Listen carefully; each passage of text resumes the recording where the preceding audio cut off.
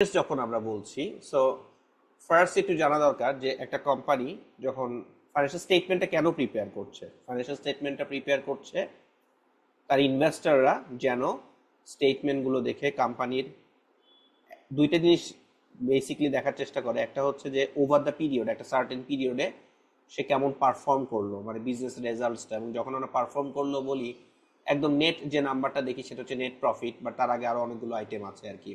সোজা কথা আমরা দেখতে চাই যে সে 2024 জানুয়ারি থেকে ডিসেম্বর 31 পর্যন্ত একটা ফুল ক্যালেন্ডার ইয়ার যদি হয়, ওইটাই যদি ওই কোম্পানির ফাইন্যান্সিয়াল ইয়ার হয়, তাহলে এক বছরে কোম্পানি কেমন সেল করলো, কেমন কস্ট হলো, সবকিছু মিলায় নেটে কেমন লাভ করতে পারলো কোম্পানিটা, এটা আমরা দেখার চেষ্টা করি।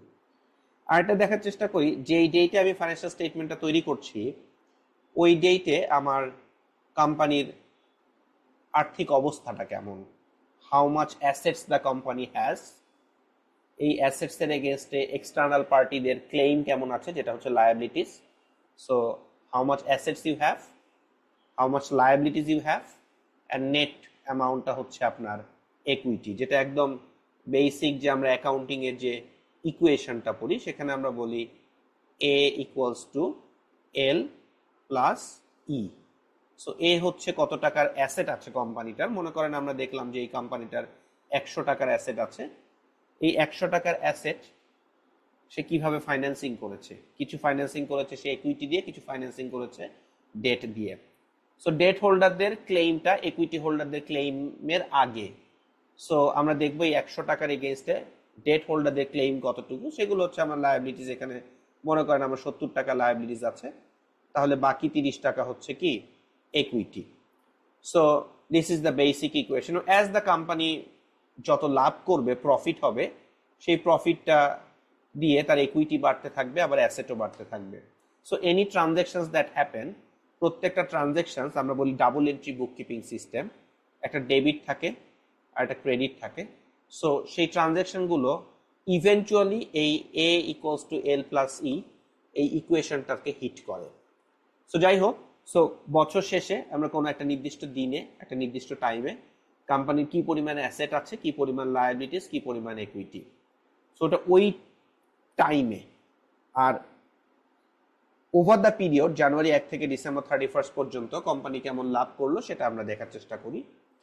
আর আমরা যখন এই লাভ বা লস ক্যালকুলেট করছি, লাইক রেভিনিউজ ক্যালকুলেট করছি, এক্সপেন্সেস ক্যালকুলেট করছি, এটা যে সিস্টেম ইউজ করি সেই সিস্টেমটাকে বলা হয়, যে অ্যাকাউন্টিংটা আমরা করি সেই অ্যাকাউন্টটাকে বলা হয় অ্যাক্রুয়াল অ্যাকাউন্টিং। তো একটু অ্যাক্রুয়াল অ্যাকাউন্টিং জিনিসটা আমাদেরকে বুঝতে হবে। অ্যাক্রুয়াল অ্যাকাউন্টিং যে কনসেপ্টটা, সেই কনসেপ্টটা হচ্ছে এরকম যে কোনো একটা গুডস আপনি সেল করেছেন। সো আপনি সেল করেছেন, গুডসটা আপনি একটা কাস্টমারকে ডেলিভার করে দিয়েছেন। কাস্টমার ওই গুডসটার ওনারশিপ পেয়ে গিয়েছে। এখন ওই গুডসের রিস্ক এবং রিওয়ার্ড অফ ওনারশিপ কাস্টমারের কাছে ট্রান্সফার হয়ে গেছে আপনার কাছে। মানে হচ্ছে এভাবে চিন্তা করে, সেল করার আগ পর্যন্ত আপনার দোকানে গুডসটা ছিল। এমন অবস্থায় যদি গুডসটা নষ্ট হয়ে যায়, রিস্কটা কিন্তু সেলারের। আর গুডসটা যখনই আপনি বিক্রি করে ফেলেছেন, কাস্টমার তার ঘরে নিয়ে আসছে, তারপরে কিন্তু কোনো কারণে গুডসটা নষ্ট হয়ে গেলে, আগুনে পুড়ে গেল, এনি দুর্ঘটনা ঘটতে পারে, তখন রিস্কটা কার? কাস্টমারের।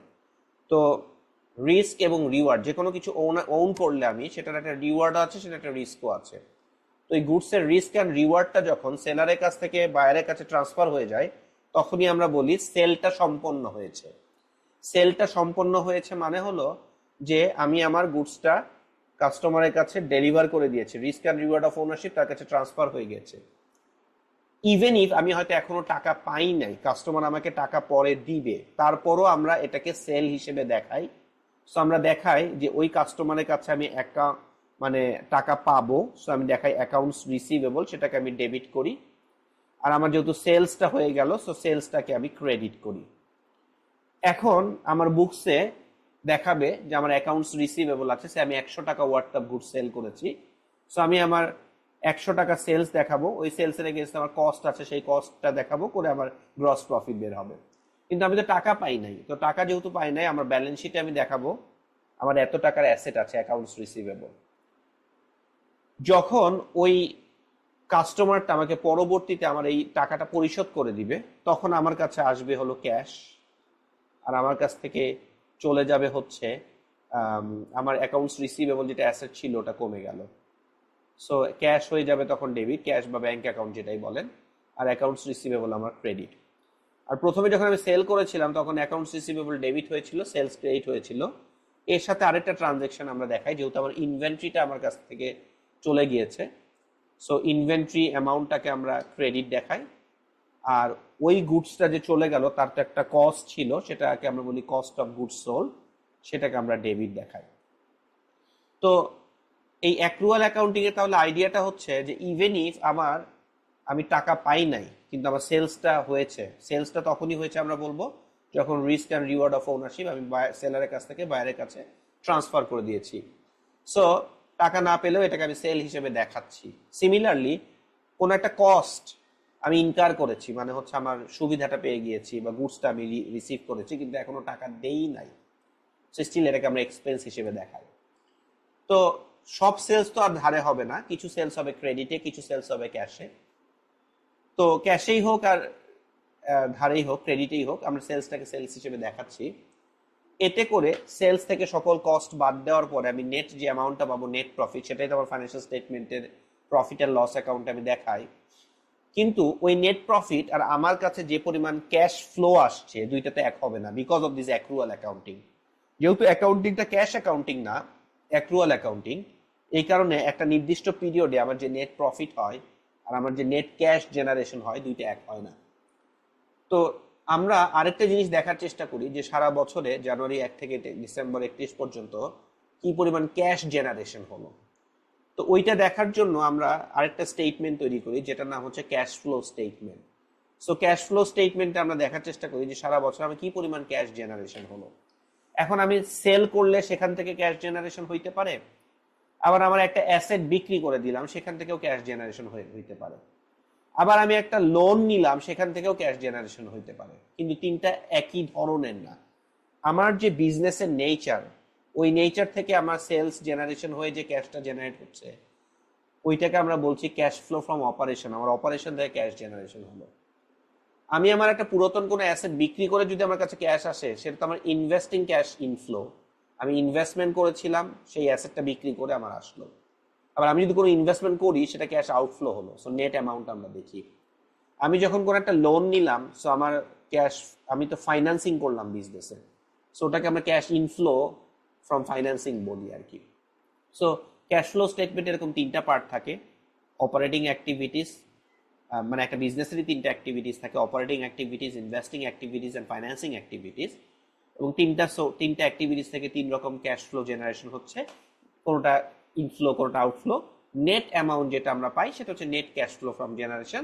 ওই ক্যাশটা আবার আপনার ব্যালেন্স শিটে হিট করবে, যে আপনার ক্যাশ যদি বাড়ে তাহলে ব্যালেন্স শিটে আগের ক্যাশের সাথে এটা যোগ হবে, আর যদি ক্যাশ কমে যায় তাহলে বিয়োগ যাবে।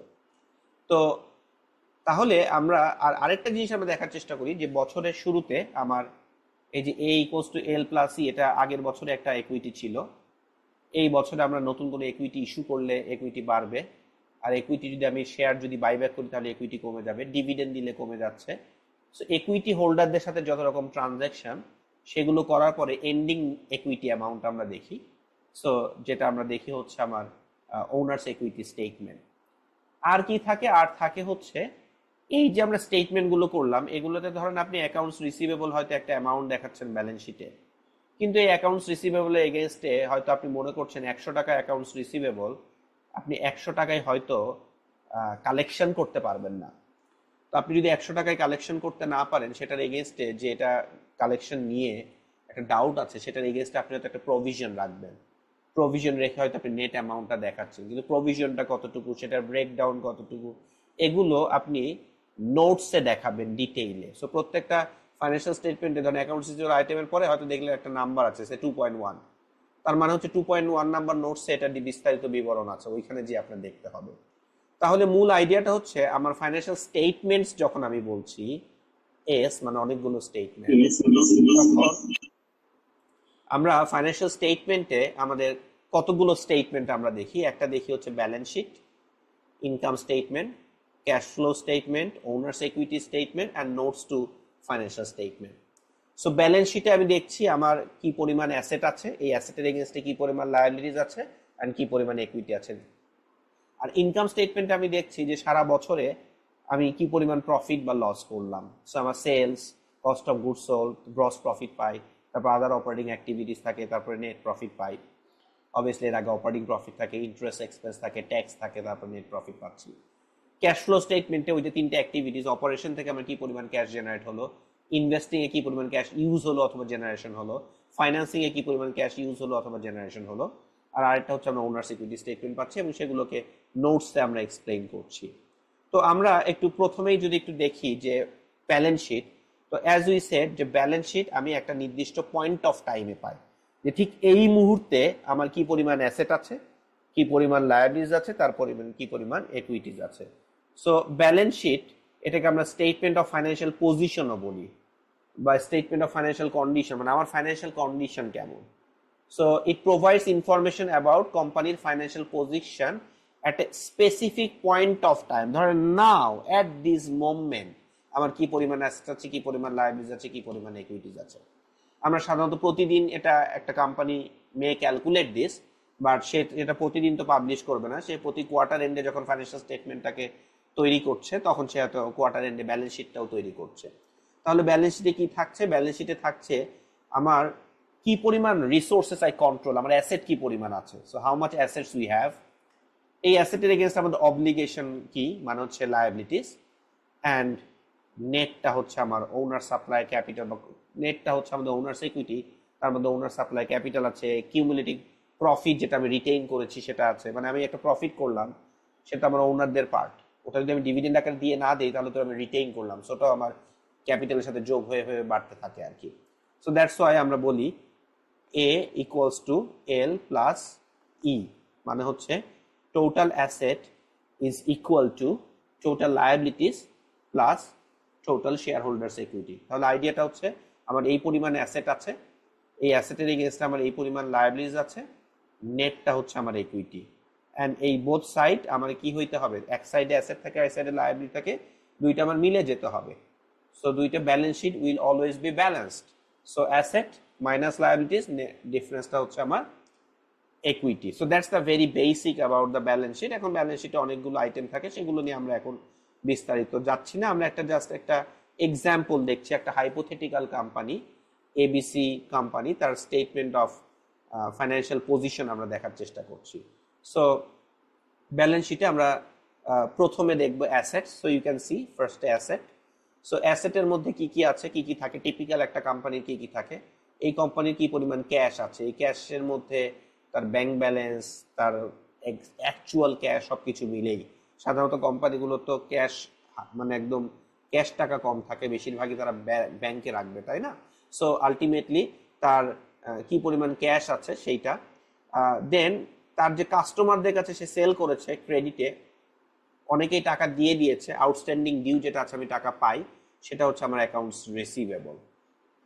এছাড়া আমি যে গুডস গুলো বিক্রি করি সেগুলো তো আমি স্টোর করে রাখি, তারপরে বিক্রি করি। সো আমার এখন কারখানায় বা গুদামে আমার কি পরিমাণ ইনভেন্টরি আছে, সেই ইনভেন্টরিটা, এবং এই ইনভেন্টরিটা যদি আপনি ম্যানুফ্যাকচারিং কোম্পানি হয়ে থাকে তাহলে তার র ম্যাটেরিয়ালস থাকে, ওয়ার্ক ইন প্রগ্রেস থাকে, ফিনিশ গুডস থাকে। রিটেল কোম্পানি হলে সাধারণত ফিনিশ গুডস থাকে। এছাড়া আপনার আরো কোনো আদার কারেন্ট অ্যাসেট থাকতে পারে, লাইক আপনি ধরেন অ্যাডভান্স কোনো গুডস পাঠিয়ে দিয়ে, অ্যাডভান্স কোনো কাজ, আপনি ধরেন অ্যাডভান্স কোনো টাকা পে করেছেন এক্সপেন্সেস, সো সেটাকে আমরা বলছি প্রিপেইড এক্সপেন্সেস, কিন্তু আপনি এখনো হয়তো সেটা ব্যবহার করেন নাই। হতে পারে ধরেন আপনার অফিসের রেন্ট আপনি পুরো 2 বছরের ভাড়া একবারে দিয়ে দিচ্ছেন, কিন্তু আপনি এখনো ওটাকে ইউজ করেন না, সো সেটা আপনার প্রিপেইড এক্সপেন্সেস। সো সেই প্রিপেইড এক্সপেন্সেস আপনার জন্য অ্যাসেট। সো এরকম আরো অনেক আদার কিছু কিছু কারেন্ট অ্যাসেট থাকে, সেগুলোর মধ্যে চলে আসে। এই সবগুলো যখন আমি যোগ করি, যোগ করলে টোটাল যেটা পাই সেটা হচ্ছে টোটাল কারেন্ট অ্যাসেট। সো অ্যাসেটের মধ্যে দুই ধরনের অ্যাসেট থাকে, একটা হচ্ছে কারেন্ট অ্যাসেট আর একটা হচ্ছে নন কারেন্ট অ্যাসেট। সো এগুলো কারেন্ট অ্যাসেটের মধ্যে পড়ছে। নন কারেন্ট অ্যাসেটের মধ্যে পড়বে ধরেন ওই কোম্পানির প্রপার্টি, প্ল্যান্ট, ইকুইপমেন্ট, এগুলো যদি থেকে থাকে সেগুলো হচ্ছে gross property, plant and equipment. সেগুলো সেখান থেকে তো আপনি প্রতি বছর অ্যাসেটটাকে আপনি ডিপ্রিশিয়েট করেন। সো প্রতি বছর যতটুকু করে আপনি ডিপ্রিশিয়েট করছেন সেগুলো প্রতি বছর অ্যাকিউমুলেটেড হচ্ছে। ধরেন আপনি একটা অ্যাসেট 100 টাকায় কিনেছেন, এই অ্যাসেটটা আপনি 10 বছর ইউজ করবেন, এন্ড আপনি স্ট্রেট লাইনে ডিপ্রিসিয়েট করছেন, তাহলে 100 ডিভাইডেড বাই 10, প্রতি বছর আপনি 10 টাকা করে ডিপ্রিসিয়েট করছেন। মনে করেন এই অ্যাসেটটা 3 বছর ব্যবহার করা হয়েছে, তাহলে 30 টাকা আপনার ডিপ্রিসিয়েশন অ্যাকিউমুলেট হয়েছে। তাহলে 100 মাইনাস 30, 70 টাকা হচ্ছে নেট অ্যামাউন্ট। সো আপনি দেখান যে আপনার গ্রস 100 আর 30 টাকা হচ্ছে অ্যাকিউমুলেটেড ডিপ্রিসিয়েশন, নেটটা আপনি দেখান। সিমিলারলি এখানে দেখেন 460 টাকা হচ্ছে আপনার gross property plant and equipment, সেখান থেকে 160 টাকা অ্যাকিউমুলেটেড ডিপ্রিসিয়েশন, তাহলে নেট অ্যামাউন্টটা হচ্ছে 300 টাকা। তো এগুলো হচ্ছে ট্যানজিবল অ্যাসেট। আর কিছু ইনট্যানজিবল অ্যাসেটও থাকতে পারে, লাইক প্রপার্টি, প্ল্যান্ট, ইকুইপমেন্ট, এইগুলো যদি আমরা যোগ করি তাহলে আমরা পাই total non current asset. So current asset এবং এই নন কারেন্ট অ্যাসেট এগুলো যোগ করে আমরা টোটাল অ্যাসেট পেলাম। এই পার্টিকুলার এক্সাম্পলে দেখবেন যে কোনো ফাইন্যান্সিয়াল অ্যাসেট নাই, লাইক আপনি কোনো বন্ড কিনতে পারেন, কোনো শেয়ার কিনতে পারেন, সেগুলো এখানে আসতে পারতো, তখন ওই ফাইন্যান্সিয়াল অ্যাসেটগুলো এর মধ্যে ইনক্লুডেড হবে। So these are all assets, সবগুলো যোগ করলে আমরা পেয়ে যাই total asset. Now this total asset থেকে আমরা যে কাজটা করবো, এর পরের অংশটা হয় লায়াবিলিটিজ এন্ড ইকুইটি। সো লায়াবিলিটিজ এন্ড ইকুইটিতে প্রথমে আপনি দেখছেন যে আপনি যাদের কাছ থেকে গুডস কিনেছেন এখনো টাকা দেন নাই, তারা আপনার কাছে টাকা পাবে, যেটাকে আমরা বলছি অ্যাকাউন্টস পেয়েবল। সো এই অ্যাকাউন্টস পেয়েবল আপনার জন্য লায়াবিলিটিস, এটা কারেন্ট লায়াবিলিটিস। আপনি অনেক ধরনের এক্সপেন্সেস হয়েছে আপনার, ধরেন আপনার লেবার কাজ করেছে, এমপ্লয়িরা কাজ করেছে, কিন্তু এখনো টাকা দেন নাই, তারা আপনার কাছ থেকে টাকা পাবে। So that's accrued liability. So any type of expenses, যে সুবিধাটা আপনি নিয়ে ফেলেছেন কিন্তু এখনো টাকা দেন নাই, দিতে হবে, সেগুলো হচ্ছে অ্যাক্রুড লায়াবিলিটিস। আর আপনি ধরেন লং টার্ম কোনো লোন নিয়েছেন, তার কিছু অংশ এখন পরিশোধ করতে হয়, লাইক ধরেন ইন্টারেস্ট পে করতে হয় প্রতি বছর, তো ইন্টারেস্ট, কিছু কিছু প্রিন্সিপালও রিপেমেন্ট করতে হয়, তো যেটা এই বছরের ডিউ দিতে হবে কিন্তু এখনো দেই নাই। সো এই বছরের যেটা পার্ট, সেটাকে বলা হয় current portion of long term debt. ওই কারেন্ট পোর্শনটা যতক্ষণ পর্যন্ত আমি দেই নাই, দিতে হবে, ততক্ষণ পর্যন্ত এটা current portion of long term debt, এটা আমার জন্য লায়াবিলিটিস। এই সব লায়াবিলিটিস গুলো যোগ করে আমরা পেলাম টোটাল কারেন্ট লায়াবিলিটিস। এখানে যেমন টোটাল কারেন্ট অ্যাসেট পেয়েছিলাম, এখানে টোটাল কারেন্ট লায়াবিলিটিস পেয়েছিলাম। এইটা current asset and current liabilities, এগুলো ওয়ার্কিং ক্যাপিটালের পার্ট। আর ফিক্সড অ্যাসেট গুলো হচ্ছে লং টার্ম বেনিফিট আপনাকে দেয়। সো সেগুলোর এগেইনস্ট আবার আমি অনেক সময় লোন নেই, সো এখানে আমার লং টার্ম ডেট থাকতে পারে। সো কারেন্ট পোর্শন তো আমরা কারেন্টে গেল, লং টার্ম ডেটটা নন কারেন্ট লায়াবিলিটিসে চলে যাবে আর কি। সো লং টার্ম ডেট থাকতে পারে, বন্ড ইস্যু করে থাকতে পারে, ওটা one type of debt, lease financing আপনি করতে পারেন, সেটা ওয়ান টাইপ অফ ডেট। এগুলো সবকিছু মিলে আপনার টোটাল নন কারেন্ট লায়াবিলিটিস আপনি পেলেন। সো কারেন্ট লায়াবিলিটিস আর নন কারেন্ট লায়াবিলিটিস এই দুইটা যোগ করে আপনি পেয়ে গেলেন total liabilities. Now you have assets of 565, you have total liabilities of 332, তাহলে ডিফারেন্সটা হচ্ছে আপনার টোটাল ক্যাপিটাল। ওই ক্যাপিটালের মধ্যে একটা অংশ আপনি দেখছেন কমন স্টক, যেটা শেয়ার ইস্যু করেছে যত টাকায় একদম শুরুতে, ওইটাকে আমরা বলি কমন স্টক বা পেইড আপ ক্যাপিটাল। আর প্রতি বছর লাভ করে করে সেটাকে রিটেইন করছেন, সো রিটেইন আর্নিংস অ্যাকিউমুলেটেড এত আছে, এই দুইটা যোগ করে আমরা টোটাল ওনার্স ইকুইটি পাচ্ছি। অবশ্যই এই টোটাল অ্যাসেট আর টোটাল লায়াবিলিটিস আর ওনার্স ইকুইটি এই দুইটা মিলে যাবে। Balance sheet will always be balance, যদি না মিলে তার মানে কোথাও ভুল হয়েছে। সো এইটা আমরা পেলাম ব্যালেন্স শিট। ব্যালেন্স শিটে আমরা কারেন্ট অ্যাসেট, নন কারেন্ট অ্যাসেট, কারেন্ট লায়াবিলিটিস, নন কারেন্ট লায়াবিলিটিস এগুলো দেখলাম। ব্যালেন্স শিটটা আমরা একটা স্পেসিফিক পয়েন্ট অফ টাইমে আমরা তৈরি করছি। আরেকটা স্টেটমেন্ট আমরা তৈরি করি যেটার নাম হচ্ছে ইনকাম স্টেটমেন্ট।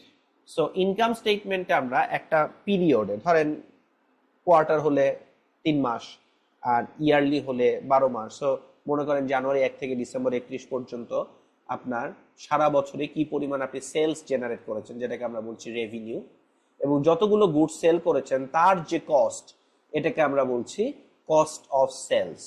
সো রেভিনিউ থেকে আমরা এই কস্ট অফ সেলস বাদ দেই, বাদ দিয়ে আমরা যেটা পাই সেটাকে আমরা বলি গ্রস প্রফিট। নাও গ্রস প্রফিট থেকে আমরা কি করি, আদার অপারেটিং বিভিন্ন এক্সপেন্সেস থাকে, যেমন আপনার সেলিং রিলেটেড কিছু এক্সপেন্সেস থাকে, ধরেন সেলস পিপলের commission, overhead expenses, general and admin expenses, asset গুলো যে আপনি ইউজ করছেন তার আগে যে ডিপ্রিসিয়েশন করছেন সেই ডিপ্রিসিয়েশন এক্সপেন্স, এগুলো সবই হচ্ছে অপারেটিং এক্সপেন্সেস। সো সেগুলো হচ্ছে টোটাল অপারেটিং এক্সপেন্স, যখন আমি গ্রস প্রফিট থেকে বাদ দিচ্ছি, দিয়ে আমি পাচ্ছি অপারেটিং প্রফিট বা অপারেটিং ইনকাম। সো আমরা যে অপারেটিং প্রফিটটা পেলাম, সো অপারেশন থেকে আমার কত প্রফিট জেনারেট হলো। আমি যে লোন নিয়েছি সেটা তো ফাইন্যান্সিং অ্যাক্টিভিটিস, তার এগেইনস্টে আমার ইন্টারেস্ট পে করতে হবে। সো ইন্টারেস্ট এক্সপেন্সটা অপারেটিং এক্সপেন্স না, ফর নন ফাইন্যান্সিয়াল কোম্পানি। যদি এটা ব্যাংক এনবিএফআই হতো তার জন্য ইন্টারেস্ট এক্সপেন্স অপারেটিং অ্যাক্টিভিটিস হয়। সো নন ফাইন্যান্সিয়াল কোম্পানির জন্য ইন্টারেস্ট এক্সপেন্স নন operating expenses, so interest expense বাদ দেওয়ার পরে আপনি যেটা পেলেন সেটা আপনি পেলেন আর্নিংস বিফোর ট্যাক্স, আমরা সংক্ষেপে বলি ইবিটি। আর অপারেটিং ইনকাম যেটা আমরা পেয়েছিলাম সেটাকে আমরা বলি EBIT, earnings before interest and tax. Earnings before interest and tax থেকে আপনি যখন ইন্টারেস্ট বাদ দিচ্ছেন তখন আপনি পাচ্ছেন earnings before tax. Earnings before tax থেকে আপনার যে ট্যাক্স পে করতে হবে সেটা যখন আপনি বাদ দিচ্ছেন তখন আপনি পাচ্ছেন আর্নিংস আফটার ট্যাক্স, অথবা আপনি পাচ্ছেন, এটার নাম আমরা বলি net profit after tax. So net income বা নেট প্রফিট আফটার ট্যাক্স এটাকে বলা হয় বটম লাইন, আর রেভিনিউ যেটা এটাকে বলা হয় টপ লাইন। সো এই সারা বছরে কি পরিমাণ রেভিনিউ জেনারেশন হলো, কি পরিমাণ কস্ট অফ সেলস হলো, গ্রস প্রফিট হলো, এন্ড আদার অপারেটিং এক্সপেন্স বাদ দেওয়ার পরে অপারেটিং প্রফিট কতটুকু হলো, কতটুকু ইন্টারেস্ট এক্সপেন্স করলাম, কতটুকু ট্যাক্স দিলাম, তারপরে নেট প্রফিট আফটার ট্যাক্সটা আমরা পাই। এইটা আমার ইনকাম স্টেটমেন্ট থেকে আমরা জেনারেট করি। এই যে আমার নেট প্রফিট হলো, এখান থেকে ডিভিডেন্ড বাদ দেওয়ার পরে যতটুকু আমরা পাচ্ছি ওইটাই কিন্তু ব্যালেন্স শিটে রিটেইন আর্নিংসে হিট করছে। এভাবে করে করে রিটেইন আর্নিংস বাড়তে থাকে, মানে আপনার একুইটি বাড়তে থাকে। তাহলে in order to increase your equity আপনাকে বেশি বেশি করে প্রফিট করতে হবে। As you know this profit and loss account বা ইনকাম স্টেটমেন্ট যেটা আমরা তৈরি করলাম এটা অ্যাক্রুয়াল অ্যাকাউন্টিং ফলো করে আমরা তৈরি করি, যে কারণে এই অ্যামাউন্টটাই আপনার net cash flow from operation হবে, ক্যাশ জেনারেশন হবে না। সো আমরা যে কাজটা করি সেখান থেকে আরেকটা স্টেটমেন্ট তৈরি করি based on this balance sheet, based on this income statement and some other ইনফরমেশনের বেসিসে আমরা ক্যাশ ফ্লো স্টেটমেন্ট তৈরি করি।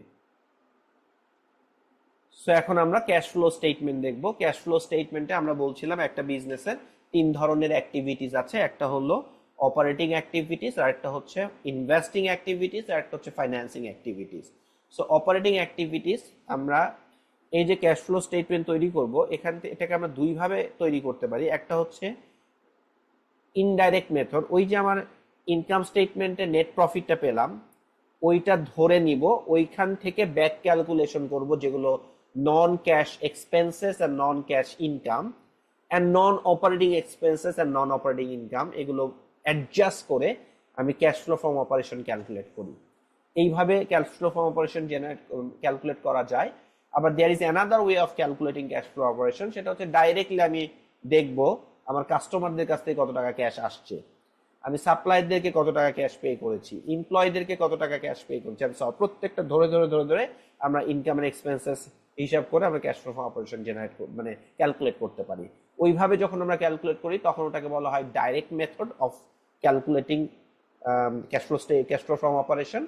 আর আমরা যখন নেট প্রফিট থেকে ব্যাক ক্যালকুলেশন করে করে আসি, অ্যাডজাস্ট করে করে আসি, তখন এটাকে বলা হয় ইনডাইরেক্ট মেথড। সো এই ডাইরেক্ট মেথড আর ইনডাইরেক্ট মেথডেই আপনার ক্যাশ ফ্লো ফ্রম অপারেশন কিভাবে ক্যালকুলেট করছি এই পার্থক্যটা তৈরি হয়। ইনভেস্টিং থেকে কত টাকা ক্যাশ জেনারেশন হলো অথবা ইউজ হলো সেটা দুই মেথডেই সেম, ফাইন্যান্সিং এর ক্ষেত্রেও তাই। সো আমরা যদি নেট প্রফিটটা ডাইরেক্ট নিয়ে নিই আমার ইনকাম স্টেটমেন্ট থেকে, ধরুন আমরা ইনডাইরেক্ট মেথডে তৈরি করছি, নেট প্রফিটের থেকে আর সাথে আমরা কি করব, ডিপ্রিসিয়েশন আমরা অ্যাড ব্যাক করব। কারণ যখন নেট প্রফিট আমি ক্যালকুলেট করেছিলাম তখন ডিপ্রিসিয়েশন বাদ দিয়ে নেট প্রফিট ক্যালকুলেট হয়েছে। ডিপ্রিসিয়েশন ইজ অ্যান এক্সপেন্স, আমরা অ্যাসেটের কস্টটাকে তার লাইফ টাইমে ভাগ করে দিচ্ছি, কিন্তু এই এক্সপেন্সটার জন্য তো আমার কোনো ক্যাশ আউটফ্লো হয় নাই। নেট প্রফিট আমার কমেছে, আমার প্রফিট কমেছে, রেভিনিউ থেকে আমার প্রফিট কমেছে, কিন্তু আমার ক্যাশ আউটফ্লো হয় নাই। তার মানে আমার ক্যাশ ফ্লোটা ওই নেট প্রফিট থেকে বেশি হবে, এই কারণে প্লাস। তেমনি আমি সেলস করেছি, সেলসটাকে আমি অ্যাকাউন্টিং করেছি, সেলসটা আমার প্লাস নেট প্রফিট ক্যালকুলেশনে, কিন্তু সব টাকা তো আর আমার ক্যাশ ইনফ্লো হয় নাই। যেটা ইনফ্লো হয় নাই হবে সেটা অ্যাকাউন্টস রিসিভেবল। এই অ্যাকাউন্টস রিসিভেবল যত বাড়ছে তার মানে আমি ক্যাশ তত কম পেয়েছি। এই কারণে অ্যাকাউন্টস রিসিভেবল যত ইনক্রিজ করবে সেটা মাইনাস হবে। ইনক্রিজ ইন ইনভেন্টরি, এটাও তাই, আমার ইনভেন্টরি যেটা আমি বিক্রি করেছি সেটার কস্টটাকে আমি কস্ট অফ সেলস হিসেবে রেভিনিউ থেকে বাদ দিয়ে নেট প্রফিট জেনারেট করেছি। যেই ইনভেন্টরিটা আমি বিক্রি করি নাই ওইটা তো পাইল আপ হয়েছে, ইনভেন্টরি বেড়েছে। তো ইনভেন্টরি বেড়েছে, ওই ইনভেন্টরি তো আমাকে কিনতে হয়েছে অথবা ম্যানুফ্যাকচার করতে হয়েছে, ওটার এগেইনস্ট আমার কস্ট হয়েছে, কিন্তু ওইটা তো আমরা নেট প্রফিটে বাদ দেই না। এই কারণে ইনভেন্টরি যদি বাড়ে সেটাকেও আমার মাইনাস করতে হবে। সিমিলারলি আমার যদি অ্যাকাউন্টস পেয়েবল বাড়ে, তার মানে আমি এক্সপেন্স ইনকার করেছি, নেট প্রফিট কমে গিয়েছে, কিন্তু টাকা তো পে করি নাই, ক্যাশ আউটফ্লো হয় নাই। So increase in accounts payable যোগ হবে। সো এই টাইপের বিভিন্ন ধরনের অপারেটিং অ্যাক্টিভিটিস রিলেটেড যত অ্যাক্রুয়াল ইস্যুস আছে, যেগুলোর কারণে আমার নেট প্রফিটে ইম্প্যাক্ট হয়েছে কিন্তু ক্যাশ ফ্লোতে ইম্প্যাক্ট হয় নাই, সেগুলোকে অ্যাডজাস্ট করে করে করে করে আমি net cash flow from operating activities pi. So খেয়াল করে দেখেন, আমার নেট প্রফিট হয়েছে 76, কিন্তু অপারেশন থেকে আমার ক্যাশ ফ্লো জেনারেট হয়েছে 110। তার মানে এই কোম্পানি 110 টাকা ক্যাশ জেনারেট করেছে অপারেশন থেকে। সো আপনি দেখে থাকবেন প্রত্যেকটা কোম্পানিরই দেখবেন যে নেট প্রফিট আর ক্যাশ ফ্লো ফ্রম অপারেশন দুইটা এক নাম্বার হবে না। আর এর পাশাপাশি আমরা কি করেছি, আমরা কিছু ইনভেস্টমেন্ট করেছি, প্রপার্টি প্ল্যান্ট, আপনি মেশিনারিজ কিনেন, বিভিন্ন ধরনের ইনভেস্টমেন্ট করেন বিজনেসকে, আপনার রেভিনিউ জেনারেশন করতে গেলে তো আপনার কিছু ইনভেস্টমেন্ট করতে হবে। সো আপনি প্রপার্টি প্ল্যান্ট ইকুইপমেন্ট এগুলোতে ইনভেস্টমেন্ট করেছেন, যেটা ইনভেস্টমেন্ট করেছে ওটা ক্যাশ আউটফ্লো, 90 টাকা ক্যাশ আউটফ্লো, এটা এই একটাই ধরেন আছে, তাহলে আমার এটা হচ্ছে net cash flow used in investing activities, যেহেতু এটা মাইনাস। যদি প্লাস হয় তাহলে আমরা বলি ক্যাশ ফ্লো ফ্রম অপারেশন, এটা জেনারেশন হয়েছে। আর যদি মাইনাস হয় তাহলে আমরা বলি ইউজড হয়েছে। সিমিলারলি আপনি বরোইং করেছেন, বরোইং করে আপনার ক্যাশ আসছে, নতুন কোনো লোন নিয়েছেন সেটা দিয়ে ক্যাশ আসছে, এটা প্লাস। আর আপনি যদি শেয়ার হোল্ডারদেরকে ডিভিডেন্ড দিয়েছেন যেটা 43 টাকা, এটা তো আউটফ্লো হয়েছে। সো ডিভিডেন্ড যেটা আউটফ্লো, ওটা তো আপনি ইনভেস্টরদেরকে ফেরত দিয়েছেন। ইনভেস্টররা আপনাকে ইকুইটি ইনভেস্ট করেছিল, যেটা ফাইন্যান্সিং অ্যাক্টিভিটিস, এখানেও ক্যাশ আউটফ্লো হয়ে গেল, এটা আপনার ফাইন্যান্সিং এ ক্যাশ আউটফ্লো হলো। সো এইটা প্লাস, এটা মাইনাস, সো নেটে আমরা দেখলাম নেগেটিভ। সো নেগেটিভের মানে হচ্ছে ফাইন্যান্সিং এ আমি কিছু ক্যাশ ইউজ করেছি। সো ফাইন্যান্সিং এ আমি ক্যাশ ইউজ করেছি 11, আর আমি ইনভেস্টিং এ ক্যাশ ইউজ করেছি 90। সো টোটাল ক্যাশ ইউজ হয়েছে আমার 101। ওই 101 যে আমার ইউজ হয়েছে, আমার বিজনেস থেকে ক্যাশ জেনারেট হয়েছে 110। সো আমি বিজনেস থেকে 110 টাকা জেনারেট করে ইনভেস্টমেন্টে ইউজ করলাম 90 টাকা, ফাইন্যান্সিং এ ইউজ করলাম নেট বেসিসে 11 টাকা, তাহলে আমার cash flow net amount add হলো 9 টাকা। আমার গত বছরের ব্যালেন্স শিটে আপনি যে ক্যাশটা ছিল, ওটা বিগিনিং ক্যাশ 16 টাকা ছিল, এর সাথে 9 টাকা যোগ করে আপনি এন্ডিং ক্যাশ পাবেন 25 টাকা। এই 25 টাকাটাই ব্যালেন্স শিটে যে ক্যাশ অ্যামাউন্ট আপনি দেখেন ওইটাকে হিট করবে এবং ওইটার সাথে মিলে যাবে। যদি না মিলে তার মানে কোথাও ভুল হচ্ছে। সো এভাবে করে আমরা ব্যালেন্স শিট এবং ইনকাম স্টেটমেন্ট এবং আরো কিছু ইনফরমেশনের বেসিসে আমরা cash flow from operation, cash used in investing, cash used in financing, এগুলোর বেসিসে নেট কত টাকা ক্যাশ জেনারেট হলো সেইটা আমরা বের করি। তাহলে আমার ফাইন্যান্সিয়াল স্টেটমেন্টগুলোর মধ্যে একটা লিঙ্কেজেস আছে, এইখানে আমরা এই লিঙ্কেজেসটা দেখব। সো খেয়াল করে দেখেন যে আপনি এই যে বছরের শুরুতে আপনার ক্যাশ ছিল 16 এন্ড বছরের শেষে ক্যাশ ফ্লো 25, এই দুইটার মধ্যে ডিফারেন্স কত? 9। এই 9টাই কিন্তু আপনার এই net changes in cash flow 9 এটার সাথে মিলে যাবে। আবার আপনি দেখেন আপনার gross property and plant and equipment বছরের শুরুতে ছিল 370 আর বছরের শেষে 460। তার মানে হচ্ছে 370 থেকে 460 বেড়ে গেল কত? 90। এই 90টাই হচ্ছে আপনার ইনভেস্টমেন্ট করেছেন নতুন প্রপার্টি প্ল্যান্ট অ্যান্ড ইকুইপমেন্টে। আবার দেখেন আপনার রিটেইন আর্নিং বছরের শুরুতে ছিল 115 আর বছরের শেষে হচ্ছে 148। তার মানে রিটেইন আর্নিং বেড়েছে কত? 148 মাইনাস 115 মানে 33 টাকা। এই 33 টাকা আমরা কিভাবে পেলাম? 76 টাকা আমি নেট প্রফিট করেছি। 76 টাকা নেট প্রফিট করে 43 টাকা আমি ডিভিডেন্ড আকারে দিয়ে দিলাম। তাহলে 76 মাইনাস 43 হুইচ ইজ 33। এই 33 এ এসে 115 সাথে যোগ হয়ে 148 হয়ে গেল।